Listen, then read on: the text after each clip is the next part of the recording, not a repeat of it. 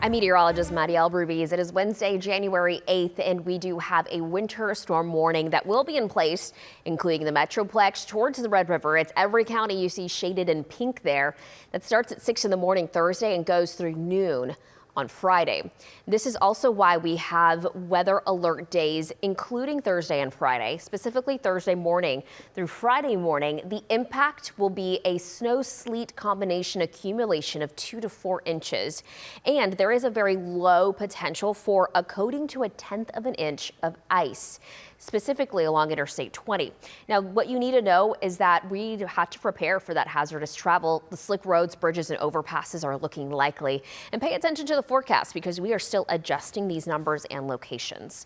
This is where we could see a very small accumulation of the ice. And again, this roughly follows Interstate 20 and portions of Interstate 30, including DFW. And this is not going to be purely ice. This is going to be mixing in with sleet and with snow at times. So in addition to that, the sleet snowfall accumulation, a dusting to 1 inch along I-20 and south, including the Metroplex towards the north.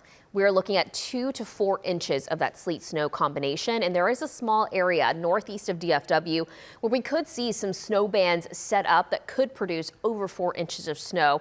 And that's closer to the Red River. So that's something that we'll be paying attention to, likely happening sometime Thursday afternoon. So let's talk about the timing. This is throughout the day Wednesday. It looks dry, just some cloud cover moving in. Then around 5 in the morning, we'll start to see that mix along our northwestern counties.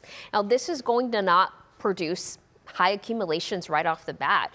It's going to look different by the time you start your day Thursday and end your day Thursday. The conditions will deteriorate throughout the day. So this is now showing you 9. You see how that precip just kind of does include the I-35 corridor and closes in on the I-35 corridor. Across the Metroplex, I do think that will start the day off seeing rain sleet mix. Meanwhile, the snow sleet mix is going to be north of DFW, rain to the south, and that'll continue roughly through about midday. Now into the afternoon hours, we'll see that the snow really starts to set itself up north of the Metroplex, while we in the Metroplex see anything between a rain sleet mix or a sleet snow mix. So the more north you are, the more likely you are to encounter some of the snow. That pink area that you see there, that's what we call a transition zone. That's where temperatures are hovering right around that 32-degree mark, which is why this is so tricky. If the temperatures drop below 32 degrees, our snow totals are going to go up for DFW. And that's something that we'll have to watch closely throughout the day Thursday. So this is Thursday now at 6. You still see that Metroplex is in that transition zone where we see a sleet mix with rain towards the south, snow bands setting up.